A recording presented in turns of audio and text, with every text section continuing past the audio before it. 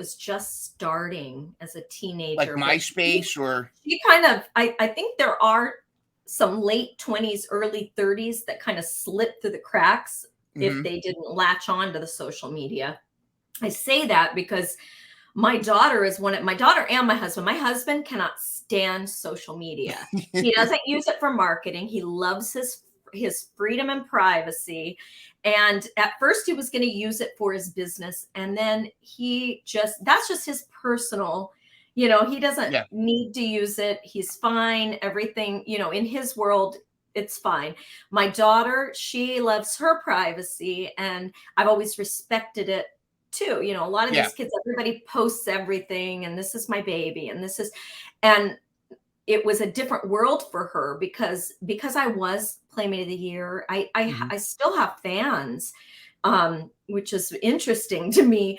But I wanted to shield her from anything that she, so we weren't big social media even when it started.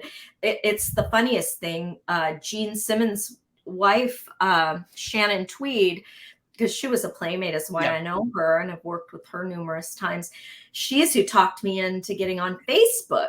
And I'm like, I don't think I want to. This is years ago. She goes, oh, get on there. You're going to have a ball. You're going to meet. And it was fun. And and then I had fun with Instagram for a while. But the really odd thing about Instagram, the really strange thing about Instagram and is that it seems monitored to me more than ever. Like I've watched it where they don't want you to share certain things, and it's it's really weird.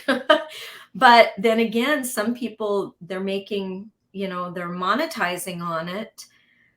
But I think it's more of a socialist platform. I really do. I think it comes from a socialistic, you're not paying for it. You're not, and there's, anyway, I just, it very moderated.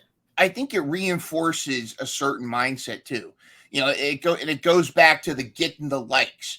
I always think of, was it, I don't want to say it's Joseph Stalin, but they're talking about how, useful idiots are those people that are so rabidly into an agenda that they follow blindly, and political people can use those useful idiots. And I think a lot of times, if you get likes, like if I do a tweet, or I guess now it's an X post, whatever it's called now, I do a tweet, or I do an Instagram post, and I say, I really enjoyed Panera today. It was delicious. Only like a couple friends of mine might like it, and one person will give me a hard time, like, oh, you should be eating a salad. Like that. That's all I get. But if I say something like, I think I want both the Palestinians and the Israelis to stop dying, then all of a sudden it's like, I get this It's so weird. And it's weird, isn't it? It is, and it's this. I don't post anything on Facebook anymore because I'm not there to debate with people. I don't want to. And don't you think this started really bad about 5 years ago? I would say maybe more. And it became very political, and people that hated, they hated on both sides. And I would but same thing with Christianity. If I would make a post, I would get all these negative comments. I'm like, gosh. And it became this crazy debate and people fighting over things. And I was just giving an opinion. I don't want to sit and do this. I'm just, it's too much. Again, there's my laziness, and maybe I'm not thinking, and maybe I should have fought harder, because a lot of people should stand up for things, but it's like so much. And it's exhausting.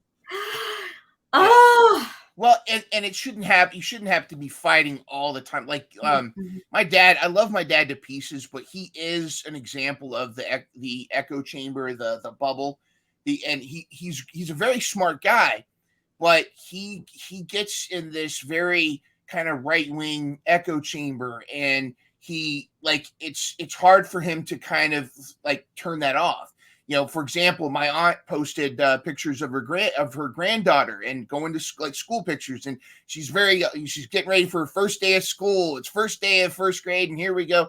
And then Dad goes, "Well, don't let Joe Biden see her like this." Blah, blah. I'm like, Dad, yeah. no. Dad, Not no, step away from go touch some grass. This is not the place for that. And I've got friends, but see, I've got friends that are very left that are just like that.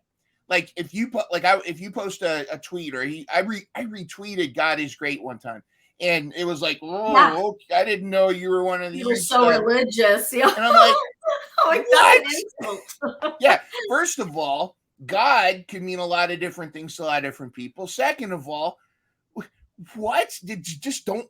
If you don't like what I said, don't. God is not good. God is not good. No.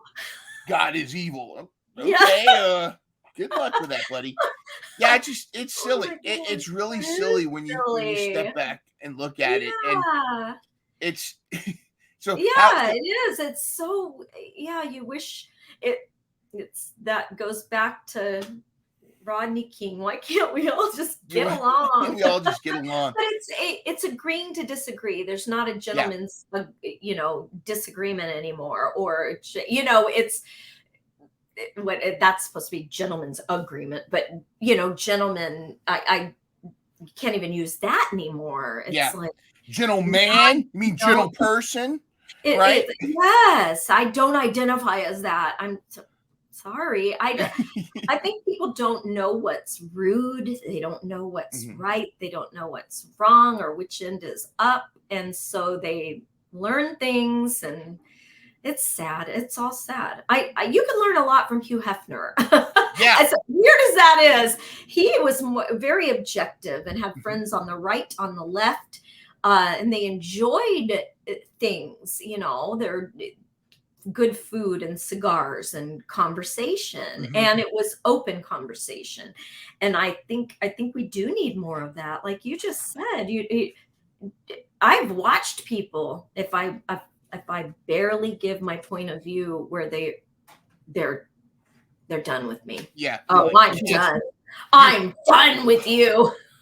You're a racist. I'm like, where did that come from?